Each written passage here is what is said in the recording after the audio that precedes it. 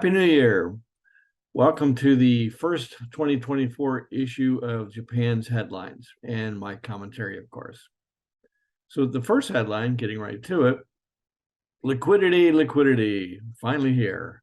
I've been preaching it's growing. It's actually growing. I think a lot of the EEX trading is heavily from European players and trading companies as we see them start to enter the actual physical market in Japan. Been a few of those in the last couple of years, and there'll be more of those coming.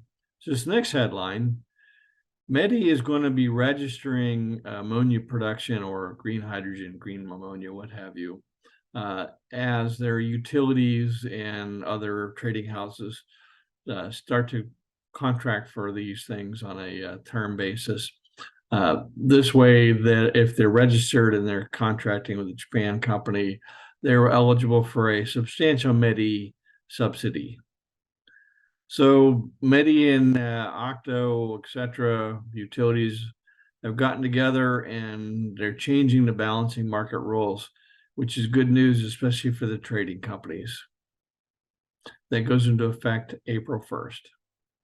So we've seen a shift because of the volatility from the past couple of years, not so much 2023, but before that, where METI approved market-based pricing.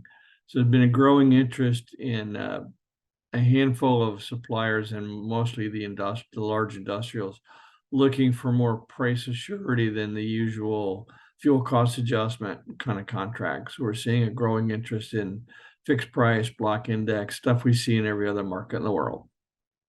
The earthquake, while a disaster, had one silver lining at least.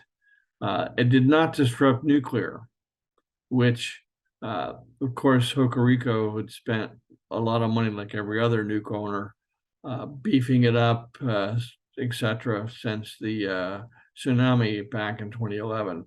So the silver lining is that hell didn't have any disruption whatsoever. So there's no pushback by the citizens on anti-nuke again just because of an earthquake.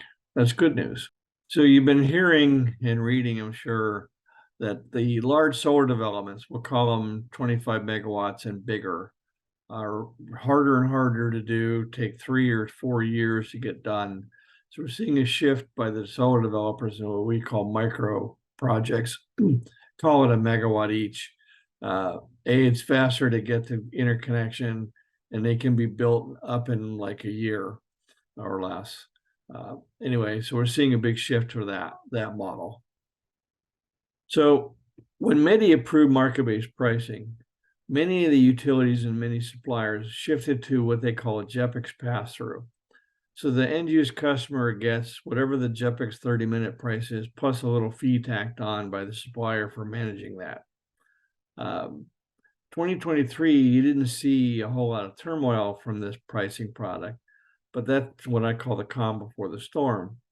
In other markets where there's market upheaval or has been, including Japan, or I like to use the Texas example, that kind of pricing program is now illegal in Texas because once the market volatility hits and the price doubles, triples, or higher, and then consumers get hit with bills they'd never seen before, the politicians get an earful, and all of a sudden, we have major upheaval. So I predict in the next couple of years, Japan too will make that product illegal.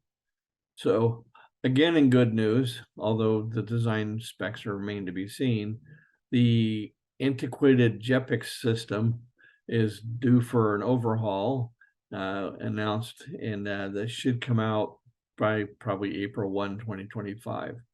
So stay tuned for more on that, because I'm sure if you're a trader, you've been less than thrilled with the JEPEX system. So finally, METI in December, this is a couple week old, announced the winners of the offshore auction, 3 of them at least. Every one of those was a group of companies. So there was no single, like last time with Mitsubishi won all 3. Mitsubishi didn't win any. So they're all consortiums of 2, sometimes 3 or 4 companies. So that's behind us. On to the next auction. So METI is more than doubling the GX budget into the trillions Some of this will go for subsidies, to move EVs to hydrogen, you name it. So the government's continuing to increase the spending in this particular area. That opens many opportunities for international companies who want to come into Japan and take advantage.